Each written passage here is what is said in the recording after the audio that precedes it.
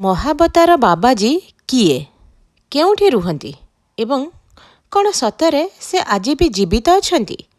ସିଏ କ'ଣ 2000 ବର୍ଷରୁ ଅଧିକ ବଞ୍ଚିଛନ୍ତି?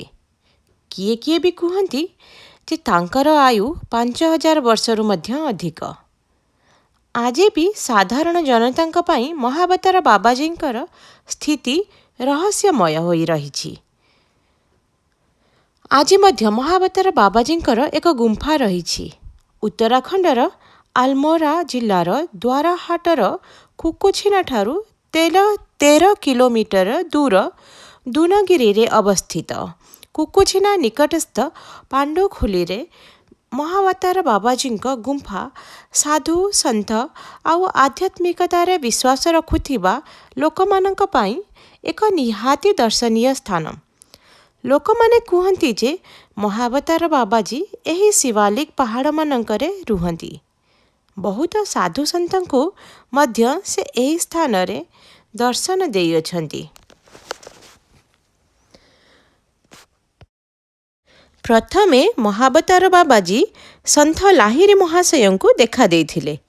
ତାପରେ ସେ ତାଙ୍କର ଶିଷ୍ୟ ଯୁକ୍ତେଶ୍ୱର ଗିରିଙ୍କୁ ମଧ୍ୟ 1984ରେ ବାବାଜୀଙ୍କୁ ଦର୍ଶନ କରିଥିଲେ।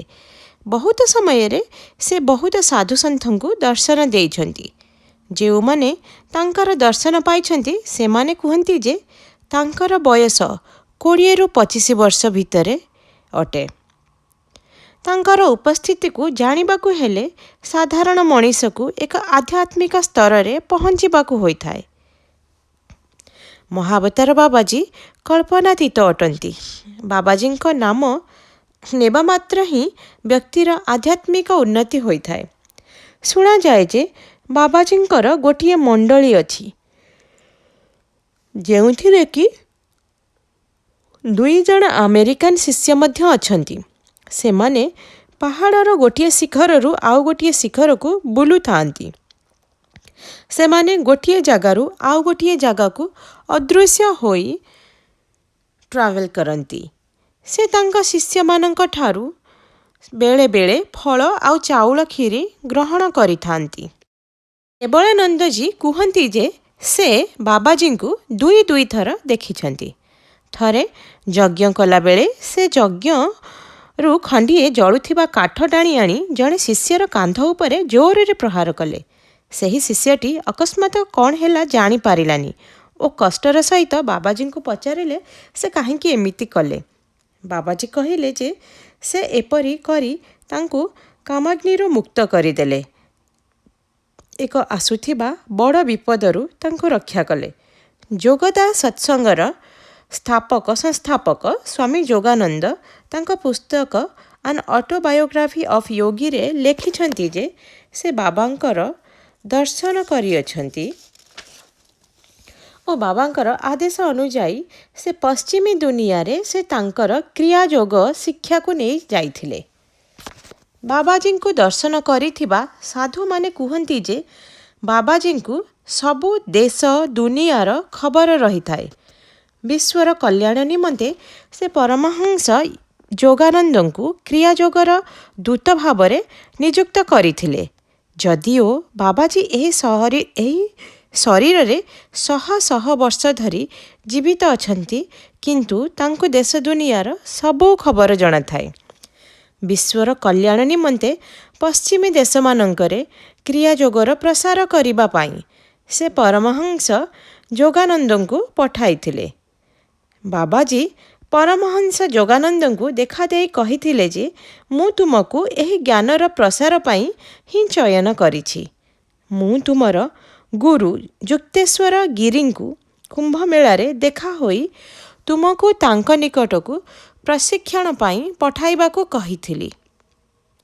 ବାସ୍ତବରେ କ୍ରିୟାଯୋଗ ହେଉଛି ଈଶ୍ୱରଙ୍କୁ ପାଇବା ପାଇଁ କିପରି ଶରୀର ଆଉ ଆତ୍ମାକୁ ଉଚିତ ବ୍ୟବହାର କରିବାକୁ ହୁଏ ତାହାର ଏକ ସାଇଣ୍ଟିଫିକ୍ ଟେକ୍ନିକ୍।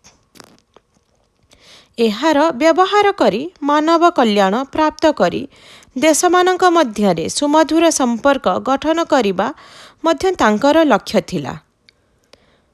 ଯୋଗାନନ୍ଦ ପରମହଂସଙ୍କ ପୁସ୍ତକରେ ବାବାଜୀଙ୍କର ଘଟଣାବଳୀକୁ ଉଲ୍ଲେଖ କରି ସେ କହିଛନ୍ତି ଯେ ଦିନେ ବାବାଜୀଙ୍କ ପାଖକୁ ଜଣେ ବ୍ୟକ୍ତି ଆସିଲେ।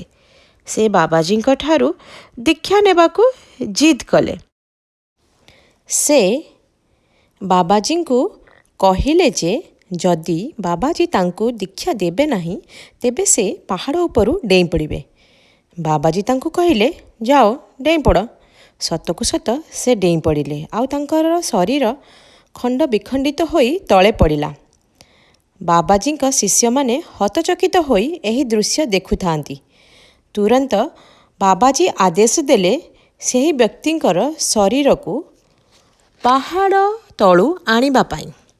ବାବାଜୀଙ୍କର ଶିଷ୍ୟମାନେ ଉପରୋକ୍ତ ବ୍ୟକ୍ତିଙ୍କର ଶରୀରକୁ ତଳୁ ଆଣି ବାବାଜୀଙ୍କ ସମ୍ମୁଖରେ ରଖିଲେ। ବାବାଜୀ ତାଙ୍କ ଉପରେ ହାତ ରଖିଲେ। ଧୀରେ ଧୀରେ ସେହି ଖଣ୍ଡ ବିଖଣ୍ଡିତ ଶରୀର ଏକତ୍ର ହୋଇ ଜୀବିତ ହୋଇ ଉଠିଲେ। ତତ୍ପରେ ବାବାଜୀ ତାଙ୍କୁ କହିଲେ ଏହା ତୁମର ଏକ ପରୀକ୍ଷା ଥିଲା ଆଉ ତୁମେ ସେହି ପରୀକ୍ଷାରେ ଉତ୍ତୀର୍ଣ୍ଣ ହୋଇଛ। ଏହା କହି ସେ ତାଙ୍କୁ ତାଙ୍କ ଟୋଲିରେ ସାମିଲ କରିନେଲେ। ବାବାଜୀଙ୍କର ସହିତ ଲାହିରୀ ମହାଶୟଙ୍କର ମିଳନ ମଧ୍ୟ ଏକ ଅଭୂତପୂର୍ବ ଘଟଣା। ଲାହିରୀ ମହାଶୟଙ୍କୁ ଯେତେବେଳେ 33 ବର୍ଷ ହୋଇଥିଲା ସେତେବେଳେ ସେ ମିଲିଟାରୀ ଇଞ୍ଜିନିୟରିଂ ଡିପାର୍ଟମେଣ୍ଟରେ ଆକାଉଣ୍ଟାଣ୍ଟ ପଦରେ ଦାନାପୁରରେ ଅବସ୍ଥାପିତ ଥିଲେ। ଏହି ଘଟଣାଟି 1861 ମସିହାର କଥା।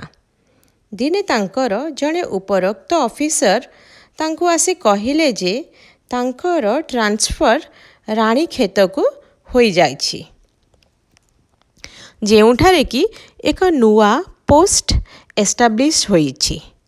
ତତ୍ପରେ ଜଣେ ଚାକର ଆଉ ଗୋଟିଏ ଘୋଡ଼ାଗାଡ଼ି ନେଇ ସେ ରାଣୀକ୍ଷେତ ଅଭିମୁଖେ ଯାତ୍ରା କଲେ ଆଉ 30 ଦିନ ପରେ ସେ ସେଠାରେ ପହଞ୍ଚିଗଲେ। ସେହି ପୋଷ୍ଟରେ କାମର ପ୍ରେସର ଏତେ ନଥିଲା, ତେଣୁକରି ସେ ହିମାଳୟର ପାହାଡ଼ଗୁଡ଼ିକ ବୁଲି ଦେଖି ସମୟ ଅତିବାହିତ କରୁଥିଲେ। ଦିନେ ଅପରାହ୍ନରେ ଏମିତି ବୁଲୁ ବୁଲୁ ସେ ଶୁଣିପାରିଲେ ଯେ ଟିକେ ଦୂରରୁ କେହି ଜଣେ ତାଙ୍କ ନାମ ଧରି ତାଙ୍କୁ ଡାକୁଛନ୍ତି। ସେ ସେଇ ଭଏସ୍କୁ ଫଲୋ କରି ପହଞ୍ଚିଲେ ଗୋଟିଏ ଗୁମ୍ଫା ପାଖରେ, ଯେଉଁଠାରେ ଜଣେ ସାଧୁ ବସିଥିଲେ। ମୁଖରେ ତାଙ୍କର ସ୍ମିତହାସ୍ୟ ଥିଲା।